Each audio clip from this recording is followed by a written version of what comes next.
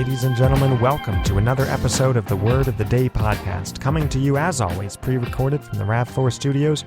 I'm your host, Jamie Silva, and today's word is a verb, confabulate. This, in my opinion, means to confer or converse in a small group. And I'm pretty sure this always has to be in person, so group texts don't count.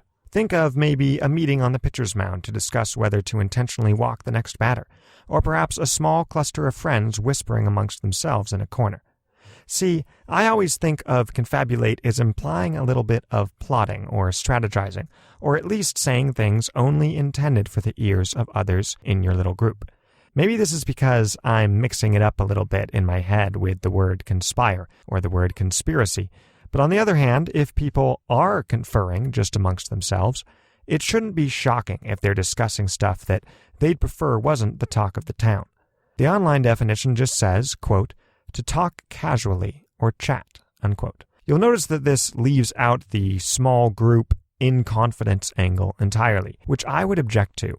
I can't prove this for sure, but the context in which I've seen confabulate pop up, they always have this sense that people are putting their heads together. They're probably gathered around in a tight circle, and there is a sense of exclusivity, of separating those who you're having this private chat with from everyone else.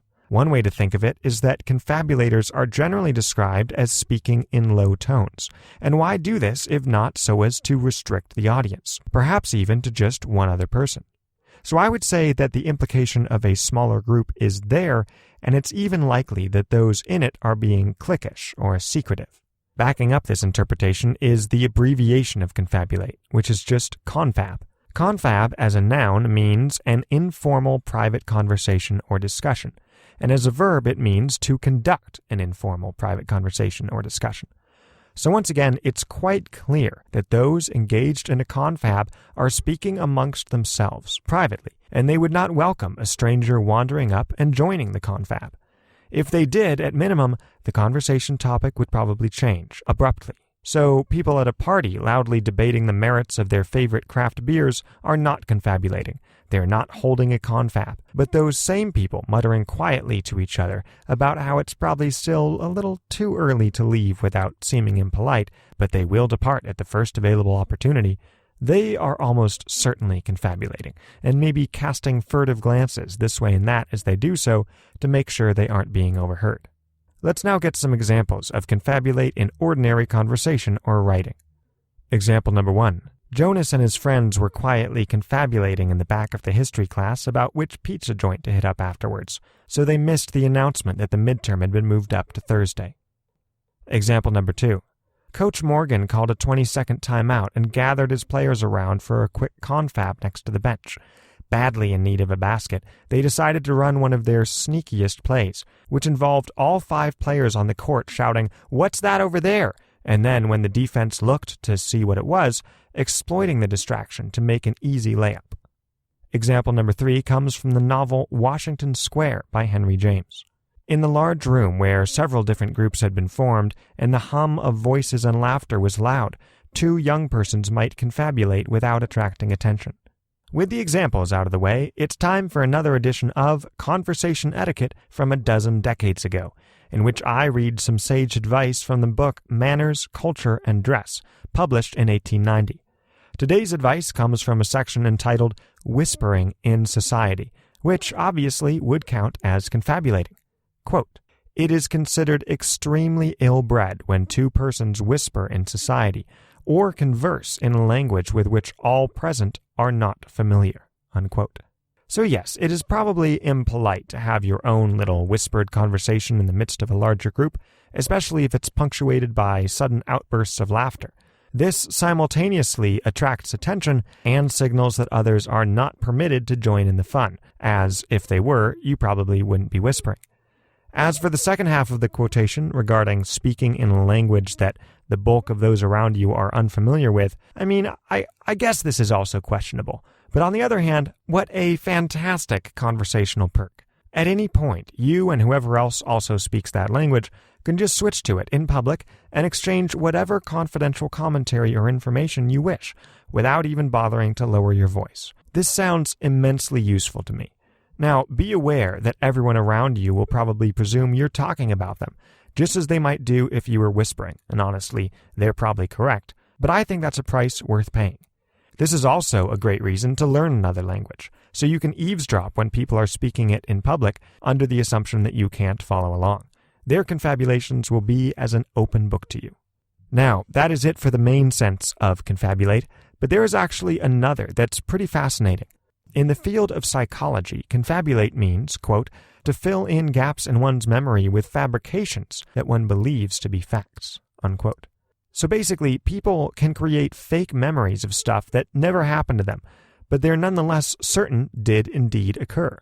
While this is sometimes the result of Alzheimer's or a traumatic brain injury or some other mental affliction, studies show that people in general are very susceptible to confabulating, or remembering things that never happened, especially if they're presented with some apparently convincing evidence that it did, perhaps from someone they trust.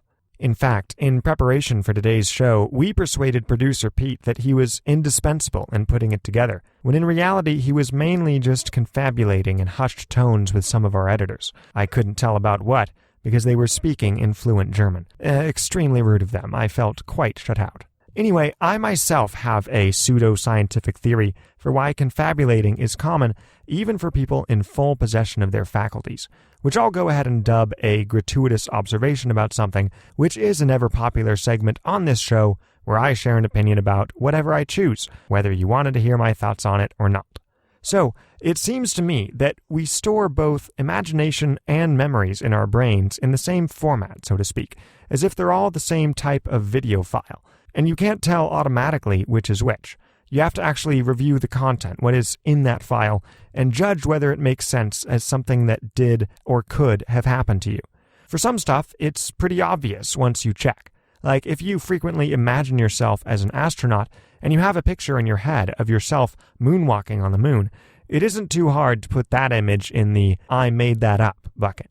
But if you picture yourself doing something more realistic that could conceivably have happened, like delivering a great comeback after someone said something cutting to you last week, and you can see yourself in your mind's eye, leveling a steely glare at your nemesis, and unleashing a witty and devastating retort that leaves them dumbfounded, taken aback, and certainly taken down a peg or two, and you mull this fictional scenario over in your head enough times, then that imagining could get stored in just as vivid and as genuine a form as a real memory, and looking back later, it might be tough to distinguish between the two, and the fake one might even come to mind faster than the real one.